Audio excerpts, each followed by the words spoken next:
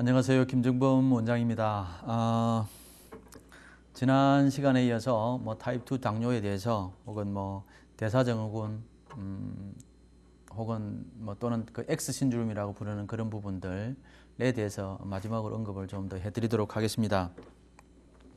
우리가 잘 아는 대로 그 제2형 당뇨가 이제 인슐린 이제 저항증이라든지 인슐린 과다증이라든지 이런 것들이 계속 진행을 오래 하게 되면 이제 당연히 그 타입 2 당뇨로 넘어가게 되죠. 저혈당증 환자들 중에서 거의 한 60%는요 타입 2 당뇨로 진행을 하고 나머지 40%는 그대로 평생 가지고 있다가 이제 돌아가시는 분도 있고요.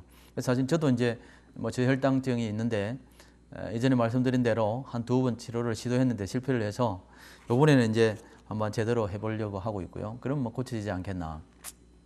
저는 개인적으로 잘 조절을 하고 있기 때문에 좀 그러긴 하지만 그래도 비상 이제 사태가 생기면 제가 이제 비행기로 여행을 한다든 그래서 정상 시간에 식사를 못 하게 되고 그러면 제가 아주 심각한 문제를 만나게 되죠. 혈당이 떨어지기 때문에 그냥 이제 여러 가지 문제가 생겨나는데 아무튼 참고가 되시면 좋겠고요. 제2형 당뇨는 혈중 인슐린의 농도가 높지만 아예 세포에서 인슐린에 대해서 반응을 하지 않은 그런 경우가 되죠. 그다음에 당을 세포 속으로 보내줄 수 없기 때문에 이제 세포 속에 있는 이제 그 에너지를 생산하는 당을 받아서 에너지를 생산하는 공장이 있는데 미토콘드리아라고 마이토콘드리아라고 부르는데 여기에서 당을 분해해서 에너지를 만들어 줘야 되거든요. 1당이 들어가게 되면 38 ATP 이제 에너지가 나오지 않습니까? 우리가 대충 이제 알고 있는 바지만 아무튼 그렇게 되어지고 있고요. 그다음에 혈중 당 수치 높아지게 되고 심혈관 질환, 심장 질환, 눈에 신경에 여러 가지 손상들을 줄 수가 있죠. 이제 그 당에 문제가 있게 되면 당뇨가 있게 되면 우리가 잘 아는 대로 운동도 필요하고 또는 식사법도 필요하게 되죠. 그래서 제일 쉬운 방법들은 당에 대해서 초기적인 문제 있을 때 치료를 시작하는 것이 좋습니다. 저혈당이 있을 때 치료를 시작하는 것이 좋고 인슐린 저항증이 있을 때 치료를 시작하는 게 좋고 인슐린 과다증이 있을 때 치료를 시작하는 것이 타입 2 당뇨로 넘어가게 되면 또 치료가 이제 쉽지를 않습니다. 그래서 그렇게 참고를 좀 해주시면 좋겠고 X 신드롬이라고 그러고 신드롬 X 혹은 대사증후군이라고 그러는데 인슐린 저항에 의해서 생기는 모든 증상들을 통칭해서 이렇게 부르고 있습니다. 그러니까 혈중 인슐린 농도가 높게 되겠죠. 그 다음에 고혈압이라든지 복부 비만, 심혈관 질환 이런 것들이 생겨날 수 있고 인슐린의 저항이 있게 되면 혈관의 근육을 두껍게 만듭니다. 그러면 어떻게 되겠습니까? 혈관이 아주 기능을 이제 발휘를 할 수가 없죠. 혈관이 굳어지게 되겠죠. 그렇게 되면 이제 혈관 질환이 생겨날 수가 있고요. 그 다음에 우리가 부르는 나쁜 콜레스테롤이라고 그렇게 부르는데 저는 나쁜 콜레스테롤이라고 부르기보다는 그냥 LDL 로우 덴시티 밀도가 낮은 리포프로테인이라고 그렇게 부르고 싶고요. 그러면 이제 얘가 이제 LDL의 산화를 촉진시키게 되면 플라그가 생기지 않습니까? 그러면 혈관벽에 이제 좋은 영향을 주지도 않죠. 그래서 혈관 질환들이 생겨나게 만들기도 하고요. 그러면 혈액 응고기가 이제 되게 하는데 그렇게 되면 혈전의 원인이 될 수가 있고요.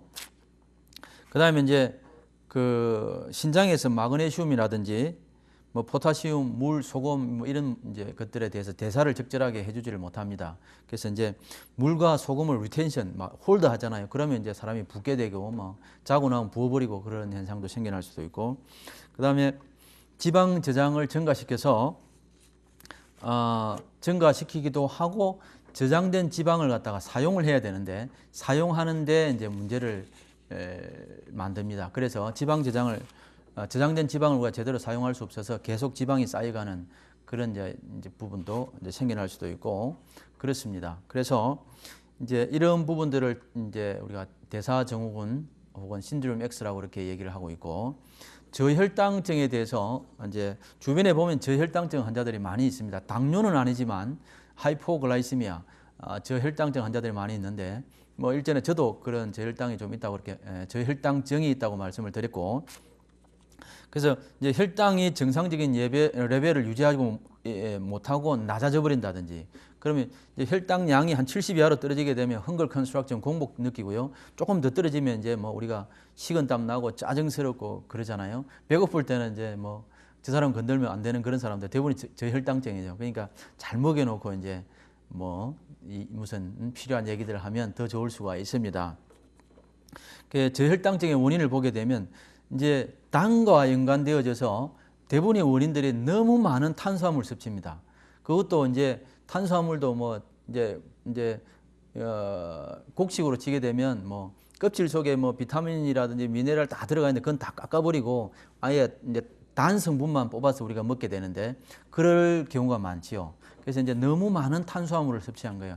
밀가루, 빵, 그냥 국수, 밥 이렇게만 사시는 분들 계속 이제 정상을 더 나빠지게 만듭니다. 그래서 저도 이제 요즘 식단을 바꾸어서 이제 하고 있는데 너무 많은 가공된 탄수화물 섭취, 그다음에 불규칙한 식사 이런 것들은 이제 그 저혈당을 초래할 수 있고 그 초기 그 아드레날린 스트레스, 부신 스트레스 증후군이 있거나 피로 그렇게 해서 오는 피로, 또 코리졸, 에피네프린 뭐 이런 것들이 이제 영향을 줄 때도 생겨날 수 있고, 그다음에 스트레스라든지 너무 많은 뭐 커피 섭취하거나 그럴 경우에도 생겨날 수 있습니다.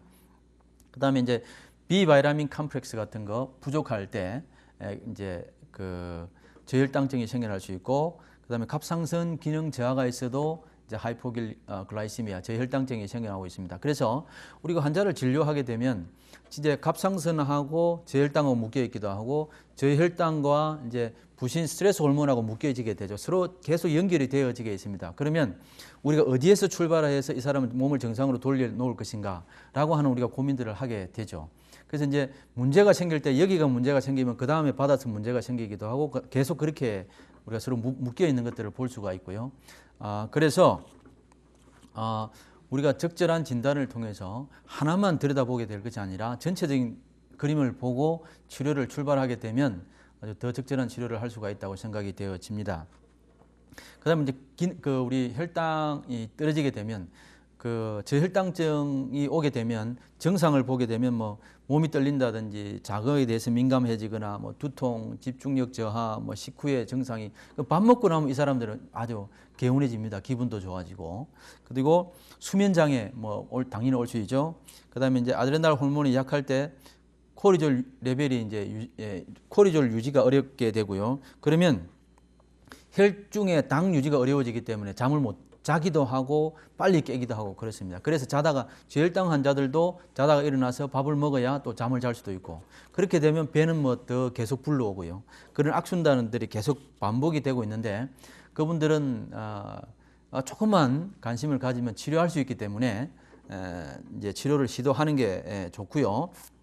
단백질 분해를 해주는 소화 효소들을 같이 복용을 하게 되면 잠을 갖다가 막 꾸준하게 잘 잘 수도 있고요. 그 다음에 이제 우리가 이제 이런 환자들은 뭐 아드레날린을 스포트하거나 그러면 도움이 될 수도 있고, 이제 혈당의 검사, 그럼 이런 이제 뭐 당과 연관되어 있는 이런 문제들을 우리가 그 검사를 하게 될 텐데 뭐 블러드 테스트도 하고 기타 여러 가지 하지 않습니까? 그런데 이제 저희들이 하는 것은 혈당의 검사하고요. 혈당 검사를 위해서는 제일 첫 번째로 하는 게 물론 스트레스하고도 연관이 되어져 있지만 저희들이 모발 검사를 합니다. 모발 검사를 하게 되는데 모발 검사로 뭐 크로미움이라든지 망간이라든지 징크라든지 이 상태를 이제 측정을 하고요.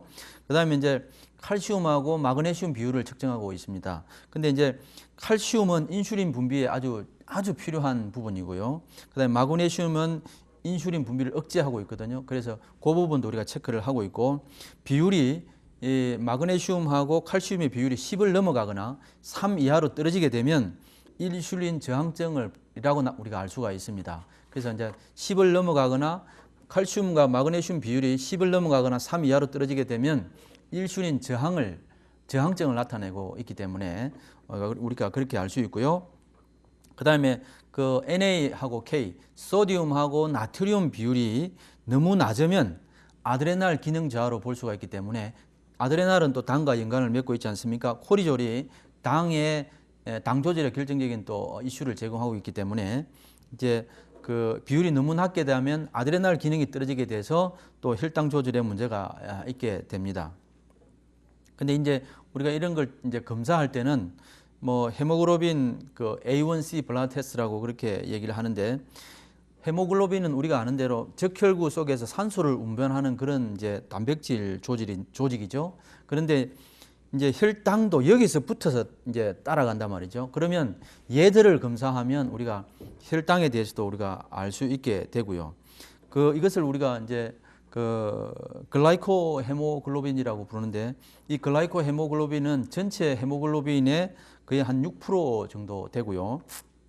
그 다음에 글라이코 헤모글로빈의 3분의 2가 조금 전에 말씀드린 A1C 조직으로 되어 있고, 이제 3분의 1 정도는 뭐 A1A, 뭐 A1B 정도로 그렇게 되어져 있습니다. 그래서 있을 때 어떻게 치료할 것인가, 저희들 같은 경우는 이제 필요한 영양 제제를 통해서 또 뭐 면역요법, 뭐 기타 여러 가지 치료를 병행을 하는데, 이제 요번에 이제 저는 한 2번 제 자신에 대해서 저혈당 치료를 실패를 했는데, 그 집네마라고 하는 영양 제제가 있습니다. 근데 뭐 특히 이제 단 음식이 당길 때 이런 사람들, 단 걸 자꾸 찾는다든지 뭐 이런 사람들은 아주 특효하다고 나와 있어서 저도 한번 써보려고 하고 있고요.